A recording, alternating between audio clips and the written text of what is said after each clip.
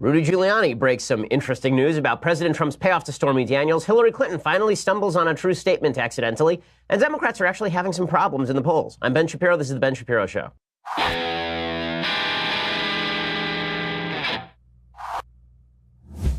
Alrighty, so there's a lot of breaking news on the Donald Trump Stormy Daniels front. I'm going to break it all down for you. I'm going to give you all the legal information that you need to understand exactly what's been happening with the Trump payoff to the porn star that Trump once had sex with, and why this is important or why it's not important. But first, I want to say thanks to our sponsors over at Birch Gold. So right now, the economy is doing swimmingly. Things are really, really good. But that means that you should actually be hedging for the possibility of a downturn in the future. And one of the ways that you can do that is by investing in precious metals. Now, I'm not a person who says you should take all of your money and dump it into precious metals because I think that would be foolish. I do, however, think that you should have a certain percentage of your assets in precious metals, specifically because the government can inflate the currency. There's volatility in the market. And as we've seen, the market is bouncing around a lot, even though overall it is up. And there are a lot of people who are predicting the possibility of a bubble bursting here. Well, if that should happen, you'll be happy that you put some of your money with my friends over at Birch Gold in precious metals. Birch Gold Group has a long-standing track record of continued success with thousands of satisfied clients, countless five-star reviews, and an A-plus rating with the Better Business Bureau. Contact Birch Gold Group right now, and you can request a free information kit on physical precious metals. They have a comprehensive 16-page kit showing how gold and silver can protect your savings and how you can legally move your IRA or 401k out of stocks and bonds and into a precious metals IRA if so you choose. To get that no-cost and no-obligation kit, go to birchgold.com/Ben. That's birchgold.com/Ben. Use that /Ben to get the free information kit and to let them know that we sent you as well. Okay, so Rudy Giuliani is the newest member of the Trump legal team. The Trump legal team has been seeing some turnover in recent days. So Ty Cobb is no longer with the Trump legal team. He takes his .366 lifetime batting average, and he leaves the Trump legal team. Nap LaJoie left along with him. But he's being replaced by a guy who was instrumental in helping Bill Clinton fight impeachment charges and criminal charges.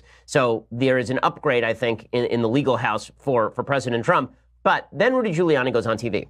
And this is real weird because remember that the whole Michael Cohen scandal is the one that is most likely to hurt President Trump.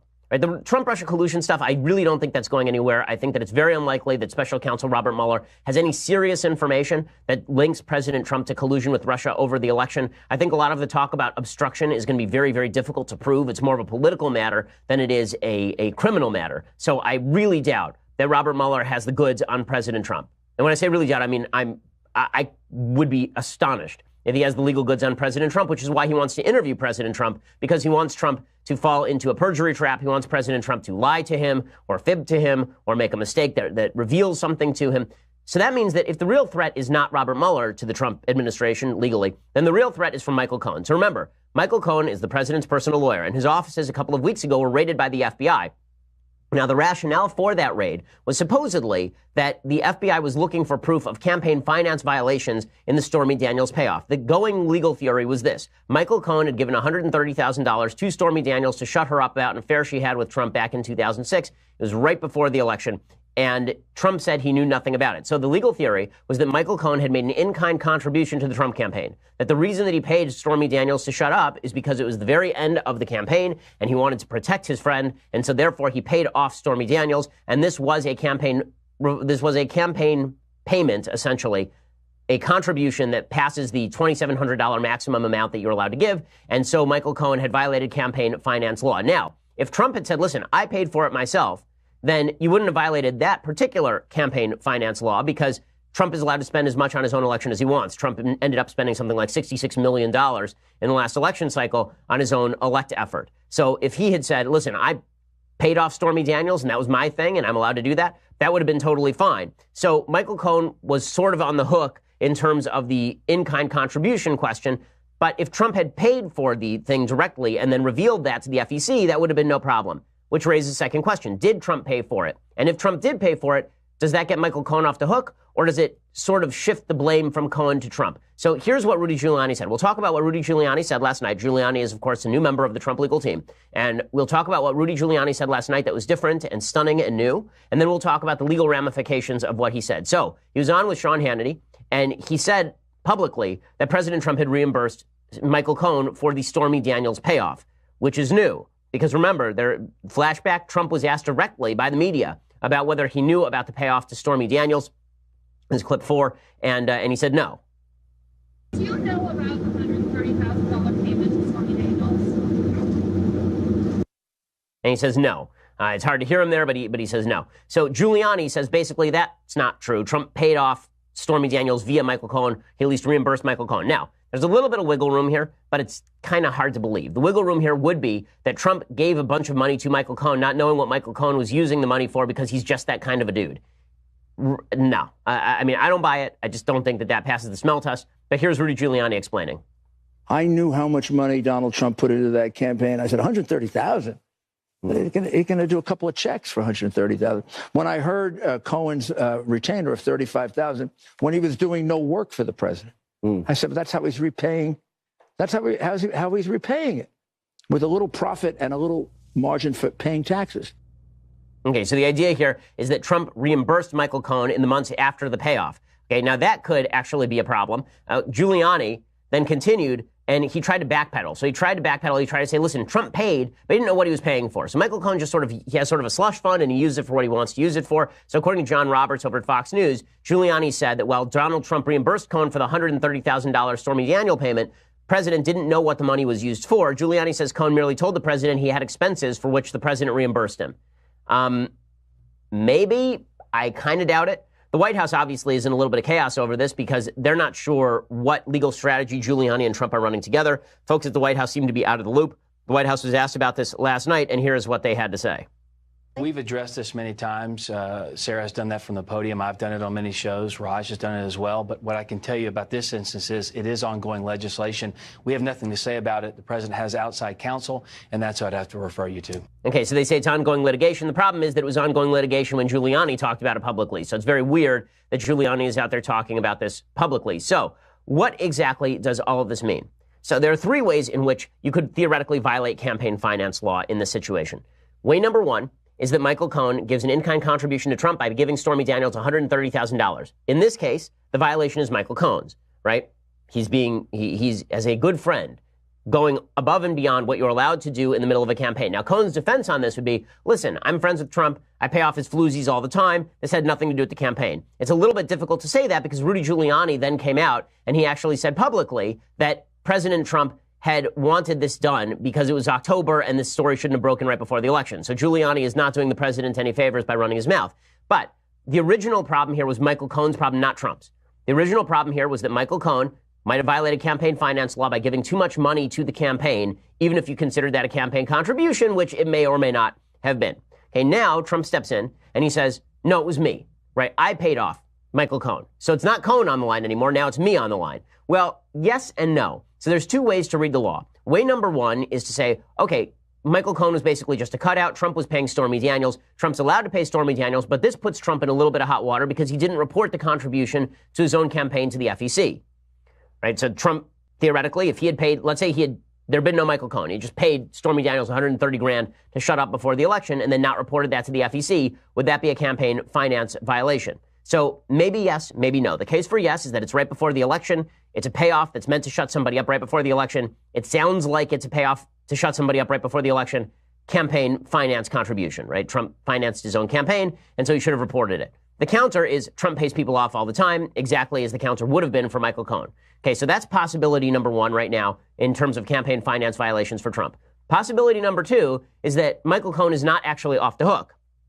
So the popular theory is that Cohen was off the hook now that Trump has said he paid for it, but not utterly clear. So George Conway, who's Kellyanne Conway's husband and who is in fact a prosecutor, he says he tweeted out a section from the FEC website talking about personal gifts and loans. Quote, if any person, including a relative or friend of the candidate, gives or loans the candidate money for the purpose of influencing any election for federal office, the funds are not considered personal funds of the candidate, even if they are given to the candidate directly. Instead, the gift or loan is considered a contribution from the donor to the campaign, subject to the per-election limit. In other words, even if Michael Cohen paid off Stormy Daniels and was reimbursed by Trump, that is now considered a loan to the campaign by Michael Cohen, which surpasses the amount of money he was allowed to contribute, so he may still be in trouble.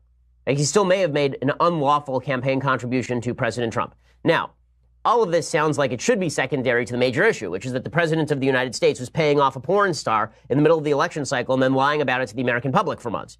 Right? This is a serious moral problem.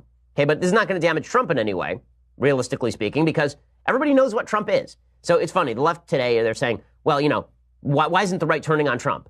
The right isn't turning on Trump because is anyone shocked by this? Is anyone surprised? I didn't believe for one solitary second that Trump had not paid off Stormy Daniels. I don't believe for one solitary second that Trump didn't screw Stormy Daniels. I am sure he did. Okay, I don't believe for a solitary second that Trump has clean hands in all of this. But why is that surprising? I mean, he's Donald Trump.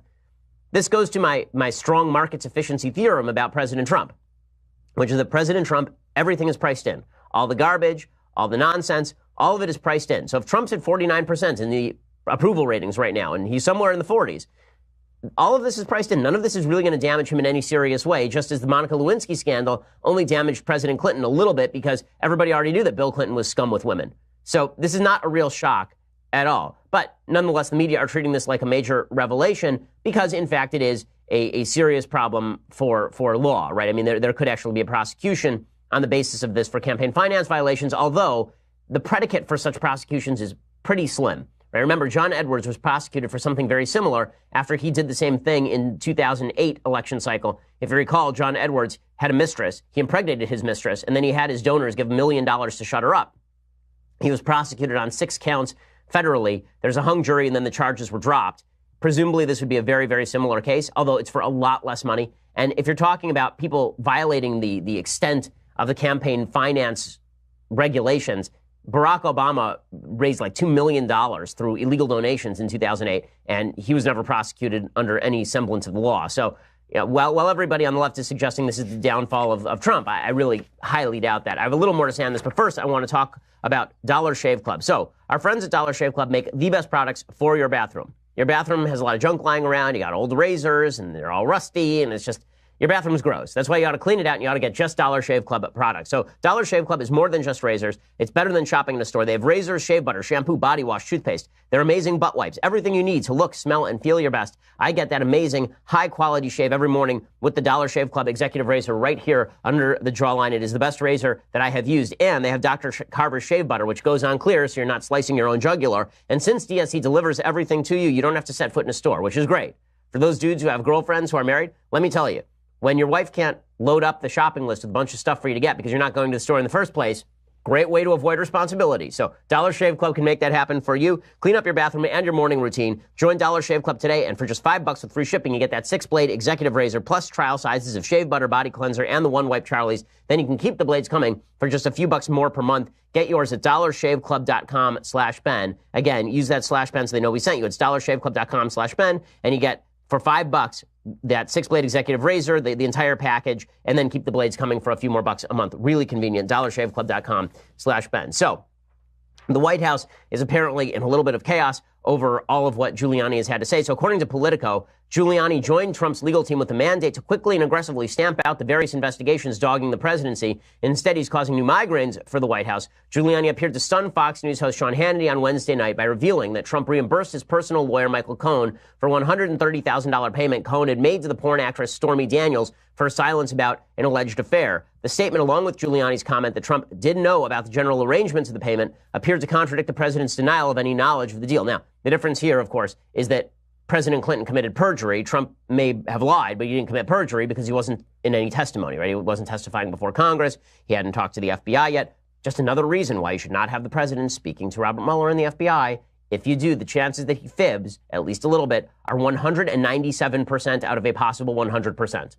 Okay, the chances that Trump says something that is wrong in those hearings, I've been talking with some folks from the White House, and what I've been saying is, look, if Trump is subpoenaed by Robert Mueller, all he should do is go in and say, I don't recall. Okay, whenever you watch the movies and you see people say, I don't recall, the reason that sounds like an admission of guilt is because you think that they're trying to escape the truth. But in Trump's case, the reason that you would say, I don't recall, is because you can't actually be prosecuted for saying, I don't recall. And Trump is likely to step on his own toes. And I'm using toes euphemistically there. Now, the president of the United States has a bad habit of saying things that get in his own way. And so you don't want him in a room with Robert Mueller for 12 hours talking about Stormy Daniels. The chances of some sort of perjury charge coming out of that are a lot higher than Trump just going in and saying, I don't remember, right? This is what any lawyer would say, by the way. This has nothing to do with PR. The PR spin is a completely different spin. But the lawyerly spin of any client that I had as a lawyer, if they were in this sort of situation, I would tell them you don't talk to anyone, right? This is the first rule of lawyering. If you're ever arrested by the police, okay, I'm not talking about whether you're innocent or guilty here. I'm talking about good legal strategy. if you are ever arrested by the police or if the FBI come to talk to you, your first answer is always going to be, I need my lawyer. And your second answer is going to be, I don't know, I don't recall, I plead the fifth. Talking to the people who are presumably going to prosecute you is never a particularly smart move. Okay, this is not me playing O.J. Simpson's lawyer here. This is me just saying that any lawyer worth their salt would say the exact same thing about any client they had under any circumstances. Okay, so meanwhile, damage control is underway at the White House. So Trump on Twitter has tried to bring attention back to the argument that such a payment would not be a violation of campaign finance law. So this morning, President Trump is tweeting about it. And he tweets, Mr. Cohn, an attorney received a monthly retainer, not from the campaign and having nothing to do with the campaign, from which he entered into through reimbursement a private contract between two parties known as a non-disclosure agreement or NDA. Clearly, Trump has his lawyer actually tweeting for him in this case. I mean, this is clearly not Trump tweeting. And it's obvious from the grammar. It's obvious from the syntax. But that's fine. I mean, what he's saying here, he's making his case. He says these agreements are very common among celebrities and people of wealth. Okay, well, I mean, to be fair, NDAs where you pay off porn stars for having sex with them while your wife was just recovering from a pregnancy, is it very common among celebrities and people of wealth? I mean, it might be like some of them do it, but I'm not going to pretend that everybody does it. In this case, it is full force and effect and will be used in arbitration for damages against Ms. Clifford Daniels. The agreement was used to stop the false and extortionist accusations made by her about an affair, despite already having signed a detailed letter admitting there was no affair. Okay, now, it is important to note here, she signed that detailed letter admitting there was no affair under the terms of the settlement agreement. Prior to its violation by Ms. Clifford and her attorney, this was a private agreement. Money from the campaign or campaign contributions played no role in this transaction. Okay, so all of that is, that's Trump's case, right? And that goes to the legal case that I was talking about. The suggestion is by Trump that he was just giving Michael Cohen a bunch of money, didn't know where that money was going. Michael Cohen then used that money out of the goodness of his heart, having nothing to do with the campaign, right? That's the way that everybody escapes legal liability here. It doesn't help Trump in the PR war, but I'm not sure Trump needs help in the PR war because, again, Trump is Trump. I mean, you can clock the guy with 87 porn star charges and no one is going to care because everybody already assumes he's doing all of this stuff. So White House Press Secretary Sarah Huckabee Sanders went on Fox and Friends. He said, I think this is a distraction and a distraction to the American people. I think it's a real disservice to them about not hearing about a lot of great things taking place in the administration. Well, that would be true, except for the fact that Giuliani was sent out there by Trump to say things on Hannity. Again, I agree. There's a lot of great stuff happening inside the administration. For example, here's a news story that nobody is talking about today because we're all talking about Rudy Giuliani. 3 Americans held in North Korea could be freed soon. Trump tweeted out yesterday, as everybody is aware, the past administration has long been asking for 3 hostages to be released from a North Korean labor camp, but to no avail. Stay tuned. So there's solid rumors today that North Korea is going to release these 3 people in the run-up to their negotiations with the president of the United States. Trump was apparently referring to Tony Kim, also known as Kim Sang-duk, an American teacher detained by North Korea in April 2017, Kim Hak-song, known as Jing Ju-song, whose detention was announced the following month, and Kim Dong-chul, who was arrested in 2015. They right now are supposed to be in a North Korean labor camp. So now it appears that the North Koreans may in fact be working to release these 3 Americans. Is that a Trump triumph? Well, without any other information, sure, of course it is. I mean, without any other information, of course it's a Trump triumph. Now, if Trump makes a bunch of concessions to the North Koreans based on that, then of course it's not a triumph. But this is a very good story for Trump. Just on its face, it's a very good story for Trump. But the fact that Giuliani decided to run out there and talk openly about the Stormy Daniels payment is a distraction created by the White House. And it just gives more air to people like Michael Avenatti, who is, of course, the attorney for Stormy Daniels. Avenatti has appeared in the last month 59 times on CNN. 59 times. The previous record had been held by Adam Schiff at like 10. But apparently, Michael Avenatti now has actually rented out the green room. Like, he actually has a bathroom there. He's brought in a sleeping bag. He basically just hangs out on the set at CNN waiting for Trump to say stuff. And so Michael Avenatti on MSNBC yesterday, he's also on MSNBC a lot, he says that he was speechless about Giuliani's revelations. You know, obviously he believes that this gives more impetus to his claims that Trump was innately involved with the Stormy Daniels payoff and that it was a campaign finance violation. You know, I have to tell you, I am rarely, as your viewers know, rendered speechless, but I am absolutely speechless at this revelation and this admission. And I hope that your viewers and I hope the American people, upon hearing this and watching that clip, they should be outraged.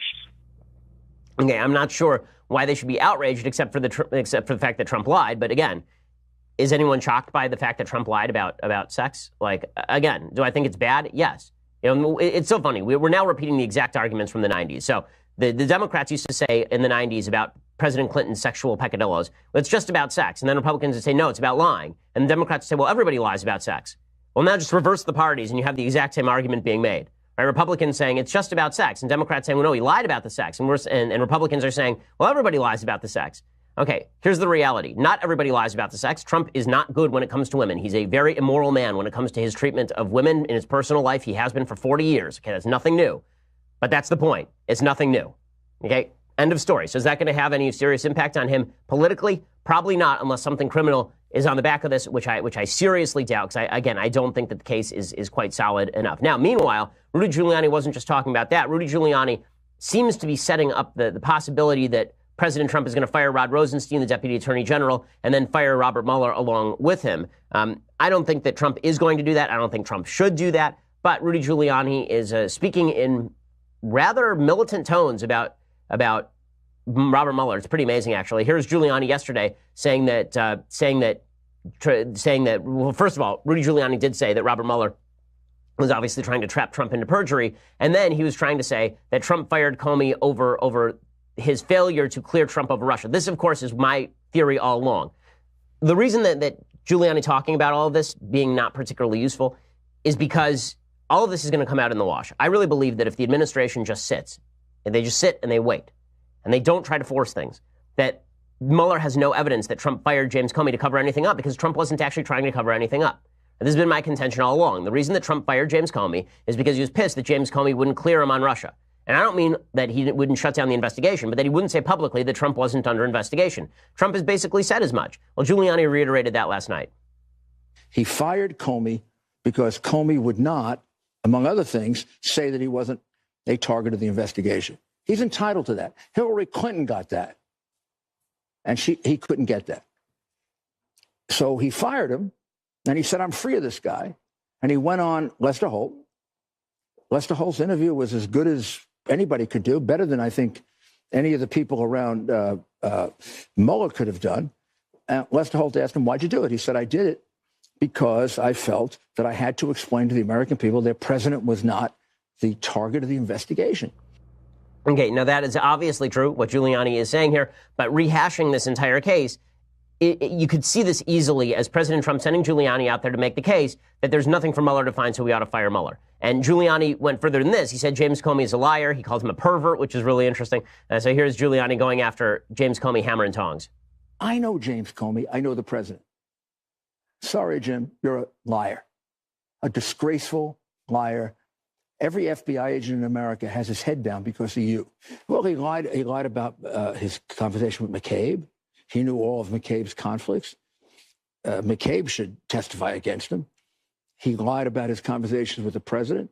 He lied about the fact that they talked about whether the president was a subject or a target. Then he immediately changed it. The reality is that James Comey, the one thing he lied about is the idea that he didn't leak to his friend. He obviously leaked to his friend. That's James Comey's biggest lie. But in terms of general honesty, I don't think that James Comey is a giant liar. I just think that James Comey is rather spineless. I think that James Comey is a guy who at every step of the way was madly incompetent and made a lot of mistakes and then is acting righteously indignant after he was fired for, I think, pretty decent reason. But the question is why Giuliani's doing all of this now. And the answer may be that maybe, in fact, Trump is thinking of firing Mueller. Now, if that's the case, Mr. President, please do not do this. Do not do this. It will all be okay. Don't rush the game. Okay, the fact is that Robert Mueller is going to come out one way or another with something or nothing. If he comes out with the stuff as weak as it sounds like he's going to come out with, everybody on the right and people in the middle are going to say this is a big, fat nothing. This has been a witch hunt. This has been a waste of time. It's been a waste of money. Firing him precipitously would only allow the left to claim that you are, in fact, obstructing justice by shutting down the investigation. Don't shut this down precipitously. I don't think that it's that Mueller has a right to finish his investigation. He doesn't. I mean, the fact is the president can fire him, and that would be perfectly legal. And then it would be up to Mueller to show that it actually was obstruction, that this actually was an attempt to shut down an investigation, not just pure frustration on Trump's part. But if the idea here is to set the sort of framework for Trump firing Mueller, firing Rosenstein, I think that would be a big political mistake. And I don't think the president needs to follow that right now. I don't think the president needs to make that sort of political mistake because I think the president's doing okay. I mean, his approval ratings right now are as good as they've been. The Democrats continue to flounder. And there's a new poll out yesterday showing the Democrats are only up 3 on the congressional generic ballot. That's an incredible thing, right? Why exactly are they only up 3? Well, part of it is because President Trump's economy is so fantastic. I mean, the economy under President Trump has been excellent. Part of it is the fact that the Democrats suck at everything, and the Democrats are so radical. So this is an amazing thing. Yesterday, Hillary Clinton was out there talking about, again, why she didn't win in 2016, and it's everybody else's fault. It's not Hillary Clinton's fault, but she stumbled on something true. She stumbled on something true, and it's pretty amazing. So here's Hillary Clinton admitting that the entire Democratic base, or at least large swaths of it, are full-scale socialists who hate capitalism. You may be the only presidential candidate since World War II that actually had to stand up and say, I am a capitalist. And you did. Did it hurt you? Probably. I mean, you know, it's hard. It's hard to know. But I mean, if you're in the Iowa caucuses and 41% of Democrats are socialists or self-described socialists, and I'm asked, are you a capitalist? And I say yes, but with appropriate regulation and appropriate accountability. You know, that probably gets lost in the, oh my gosh, she's a capitalist. Okay, so this is exactly right, actually. What she is saying here, that her base cannot tolerate the fact that she is a capitalist, demonstrates how far left the Democratic Party has moved. Hillary Clinton was too right-wing for her own base, which is why they didn't show up. Okay, what we're watching inside the Democratic Party is a radical shift to the left. President Trump has taken advantage of that because President Trump is not nearly as radical on any of these issues. The Democrats, their response to President Trump has not been to moderate, to move to the center, to take back that center that they think that Trump had abandoned. They've been calling Trump far right. Trump has been governing as a very conservative president. Instead of them moving to the center to try to take advantage, which is what a smart political party would do, instead the Democrats have been moving further and further to the left. This is the first time that Hillary Clinton has really recognized that she may be out of step with her own constituency. Right? And she is out of step with her own constituency. And something really bad is happening in the United States among people on the left, and that is this full-scale embrace of socialism itself. There's a poll from Rasmussen. It shows that 46% of Americans now say they favor government-guaranteed jobs for all. So according to Rasmussen reports, Senator Bernie Sanders is looking ahead to the 2020 presidential election with a proposed federal government program that guarantees all Americans a job with health insurance. Nearly half of voters like the idea. 46% of voters say that they like all of this, that they think this is a great idea. That's an amazing, amazing statistic. And again, it demonstrates that the American people are being ill-served by their thought leaders who refuse to explain to them why capitalism is good. The reason that Hillary Clinton could not be a good representative of capitalism is because she really does not believe in capitalism in any serious sense. She believes that capitalism is effective, but she doesn't believe that capitalism is moral. And so Bernie Sanders comes along and he seizes her entire base by saying, listen, capitalism is maybe effective, but it is immoral. And Hillary Clinton is immoral, and anyone who backs capitalism is immoral. This is why it's incumbent on Americans to stand up and say no to socialism and say that socialism itself is immoral. Because socialism itself is immoral. The idea that you were born and therefore you deserve crap from the government is nonsense. The idea that you sit there and you exist, and therefore everyone who is around you ought to give you things, that is a purely selfish idea. It is immoral. It's a violation of at least 3 of the 10 commandments. Right? The 10 commandments include the idea that you're not supposed to worship government as God. They include the ban on theft. It is indeed theft if you and your friends vote to steal my money. And they ban, and 10 commandments ban jealousy. You're not allowed to envy your neighbor's donkey. You're not supposed to be looking at your friend's property and eyeing it for seizure. But because people have stopped speaking in moral terms, there's an upswing on the socialist left, and that upswing ended up toppling Hillary Clinton. It was a serious problem for Hillary Clinton. Now, the radicalization of the left is a serious problem for the Democratic Party in general, not just for Hillary Clinton. I'll explain that in just a second. But first, you're going to have to go over to dailywire.com and subscribe. For $9.99 a month, you can get the rest of this show live. You can also get the Michael Klavan show live, the Andrew Klavan show live, the Michael Knowles show live. And you can also get this, the very greatest in all beverage vessels. For $99 a year, the annual subscription, you get this, the tumbler, plus all of those aforementioned wonders. And you get to be part of the mailbag, which we'll be doing tomorrow on the show. Plus, we have a brand new Ben Shapiro show that is coming out every Sunday. It's the Ben Shapiro Show Sunday Special, in which I host weekly in-depth conversations with the world's best and brightest on politics, news, culture, everything in between. We have a slate of guests that's going to knock your socks off. It's really fantastic. And our first guest this Sunday is, of course, the world-famous Jordan Peterson. Jordan is fantastic, and I think you're really going to enjoy the interview. So subscribe right now to